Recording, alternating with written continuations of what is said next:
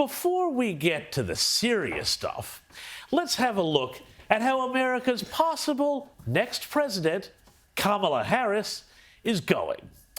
I think she's got some thoughts on that all-important question of what does democracy look like?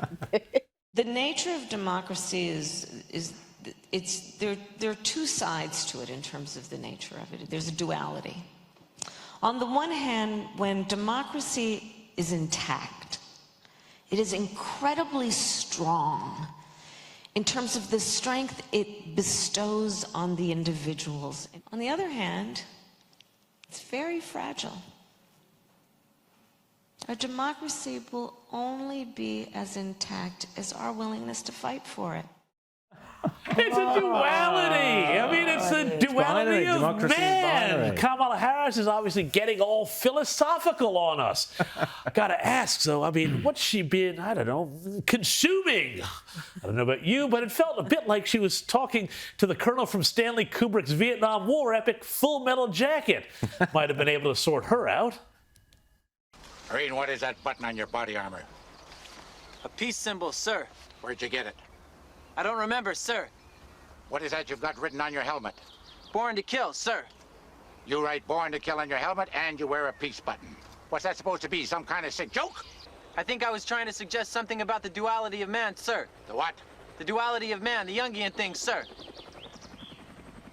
Whose side are you on, son? Our side, sir. Don't you love your country? Yes, sir.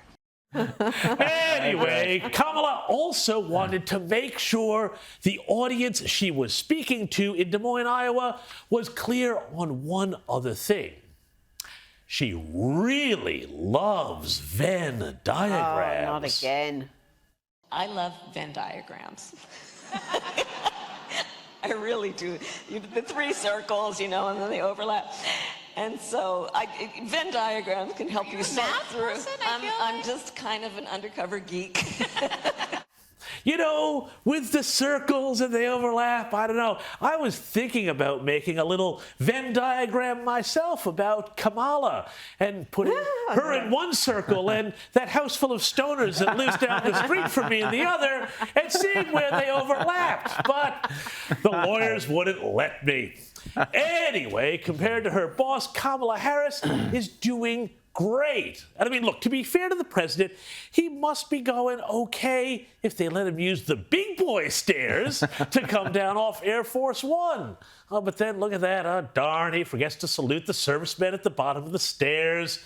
And then, look, is he lost? It looks like he just got off a regional flight in Dubbo and doesn't know where the rent-a-car desk is. Anyway, while he was on this leg of the journey, though, the president was supposed to sign an executive order on manufacturing. Naturally, predictable hilarity ensued. The bad news is I'm coming back to shake your hand, but I forgot I didn't sign the order. All that talk and no action. He forgot to sign the order. Clearly, the man needs some rest, which is why it's so good to hear that, according to the White House, after that trip to Maine, he headed off to Rehoboth Beach, Delaware, for his beach house vacation for the next week to 10 days. Who knows? Maybe he should thank a MAGA Republican for all that warm weather. So enjoy, Mr. President. We at Outsiders hope you have a well-earned break. But now on to the serious stuff. A couple of stories from New York City, which I think tell us a lot about the way things are heading around the world, including, I'm afraid, Australia. Now, everyone had a laugh at the socialist Australian state of Victoria this week, banning new gas stoves and gas heating. Everyone, that is, except, of course, the poor people forced to live there. Sorry, Rita. But New York City is going one better because, by some sort of edict or decree, the city government in the Big Apple has decided, off its own bat, to ban takeaway packets of ketchup and extra napkins and things of that nature as part of the city's war on waste, and the latest in that town's decade-long bipartisan attempt to tell people how to live. But now, here's the interesting thing about this. the same time the city is warning people off ketchup packets and extra napkins, they are also seeing crimes like this on a daily basis. A brazen daylight beating of a 60-year-old cabbie by a gang of criminal thugs. And you'll never guess what happened next. Cops caught up with 2 of the criminals and charged them, but a judge let them go with a desk appearance ticket because apparently a mass beatdown of a 60-year-old taxi driver only counts as a misdemeanor in New York City. Under the city's lenient bail, quote-unquote, reform laws, that means there's basically no chance whatsoever of jail or justice being done. I mean, it's not like they slipped some extra sauce packets in someone's Uber Eats order, right? So, what links these 2 cases together, I hear you ask? Well, democracy.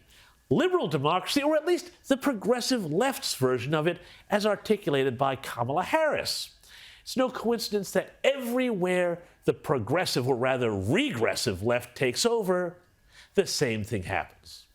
Ordinary citizens, the middle classes, the working classes, business owners, the people who keep society running, are increasingly harassed by laws and rules and understandings telling them what they can and can't do, how they cook, what they use to get to work, and of course, this is the biggie, what they can think.